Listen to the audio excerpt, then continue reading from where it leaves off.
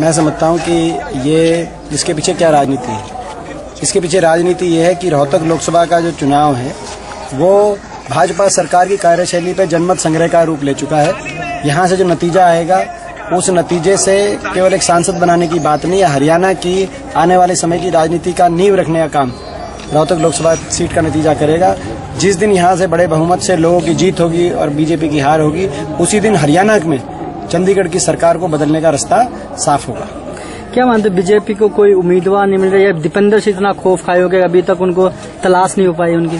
देखिए, उम्मीदवार तो मैं समझता हूँ कि बीजेपी को 5 साल बीजेपी की सरकार थी, ऊपर नीचे किसी की ड्यूटी लगती कि जो गांव-गांव में गली गली में जाके, जब हमारी सरकार थी तो हम कभी घर नहीं रुके, गांव-गांव गली गली में जाके विकास कार्य कराते थे, प्रोजेक्ट लाते थे, ग्रामीण विकास कराते थे। अगर ये किसी की ड्यूटी लगाते, कोई सरकार का सदुपयोग करके काम कराता, तो आज कोई उम्मीदवार को तलाशने की आवश्यकता नहीं होती। मगर कोई भी बीजेपी सरकार में इस प्रकार का कोई व्यक्ति की ड्यूटी नहीं लगी। 5 साल सुध नहीं लिया, पूरे मेरे लोकसभा क्षेत्र का सुध नहीं लिया, हरियाणा का नुकसान किया, और इसीलिए आज ये बातें आ रही हैं। मगर मैं समझता हूँ कि जैसे मैंने कहा, यहाँ केवल हम एक सांसद की लड़ाई नहीं लड़ी जा रही है, रोहतक लोकसभा से हरियाणा की राजनीति की भविष्य की लड़ाई लड़ी जा रही है। मुझे विश्वास है कि लोगों का साथ, पूरा साथ और समर्थन मिलेगा और आने वाले समय में हरियाणा में बीजेपी की सरकार को बदल के दोबारा से कांग्रेस पार्टी की सरकार हुड्डा साहब के नेतृत्व में बनाने का रास्ता रोहतक लोकसभा सीट के नतीजे से निकले। दीपेंद्र हुड्डा की विशेषकर कितने कॉन्फिडेंट है दीपेंद्र हुड्डा पर?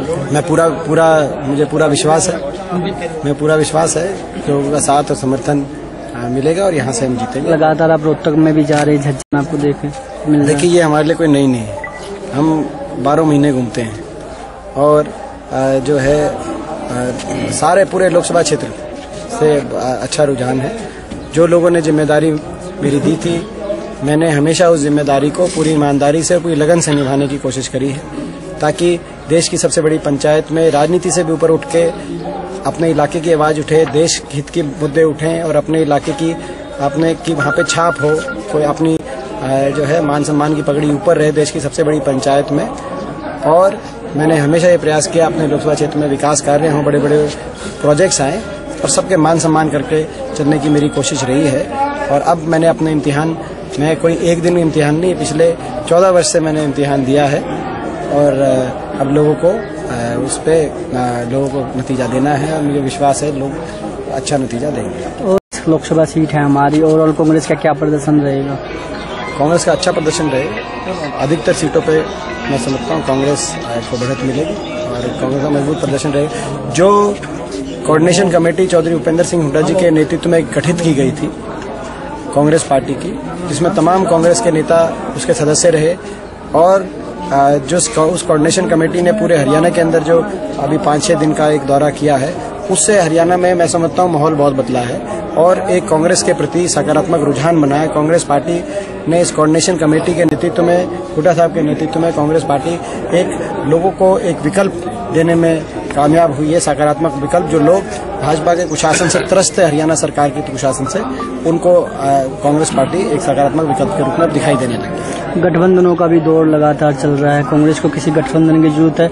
रोहतक की विशेषकर बात की, आम आदमी पार्टी की तरफ से लगातार प्रयास किए जा रहे थे कि गठबंधन किया जाए दिल्ली।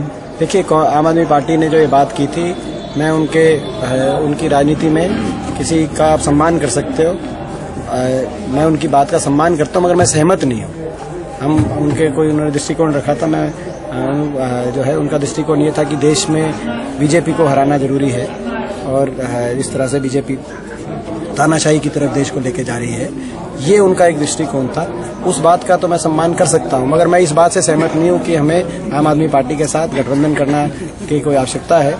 मैं समझता हूं कि हरियाणा में कांग्रेस पार्टी हमारे हर सीट पे मजबूत प्रत्याशी है और हम अपने ही बलबूते पे जो है चुनाव जीतने और लड़ने और जीतने के लिए सक्षम है। तो लोकसभा का रूप बता देगा कि विधानसभा का रूप क्या रहेगा प्रदेश में? बिल्कुल, ये जो चुनाव है, ये चुनाव जिस तरीके से मेरे को टारगेट किया गया है, मैं समझता हूँ उतनी ज्यादा मजबूती से यहाँ लोगों का आशीर्वाद मिलेगा, लोग जीतेंगे।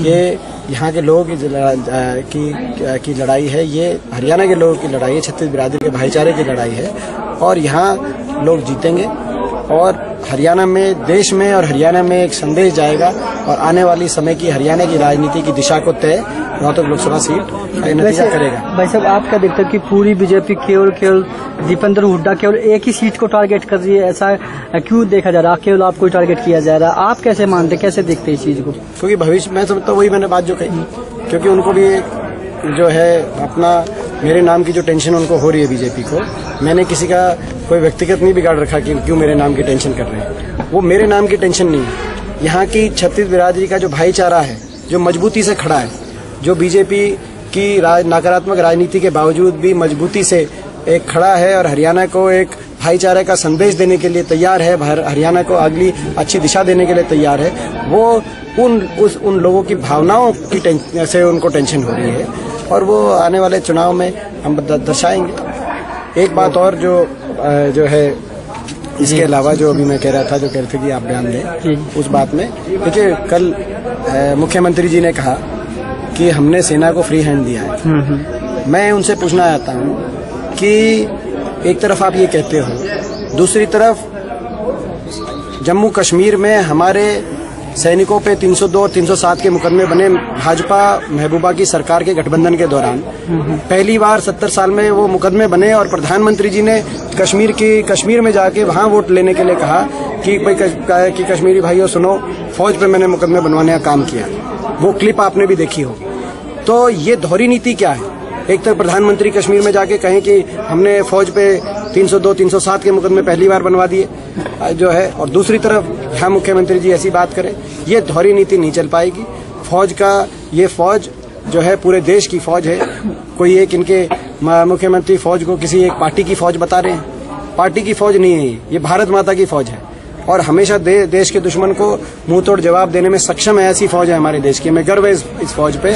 और चाहे वो 65 की लड़ाई हो, जब जय जवान जय किसान का नारा पाकिस्तान के एक एक गांव गली के अंदर गूंज गया था कि हिंदुस्तान की फौज आ रही है, चाहे वो 71 की फौज की लड़ाई हो, जब 91,000 जो है पाकिस्तानी फौजियों को बंदी बनाने का काम इस देश की फौज ने किया था, पाकिस्तान के 2 टुकड़े करने का काम किया था, चाहे वो कारगिल युद्ध की बात हो और चाहे वो सर्जिकल स्ट्राइक की बात। ये देश की फौज है, मगर हम सबको इस पे गर्व है। इसको कृपया किसी राजनीतिक दल की फौज ना बताएं। और ये दोहरी नीति जो है, मैं आज कहना चाहता हूं, ये निरस्त होने चाहिए। ये जो मुकदमे बने हैं, जो बीजेपी गठबंधन सरकार ने कश्मीर में महबूबा सरकार की कुर्सी बचाने के लिए जो फौज पे 302 और 307 के मुकदमे बनाए हैं, इन मुकदमों को निरस्त किया जाए। आने वाले समय में देश में जो है इस मुद्दे के लिए मैं लड़ाई लड़ूंगा। Thank you.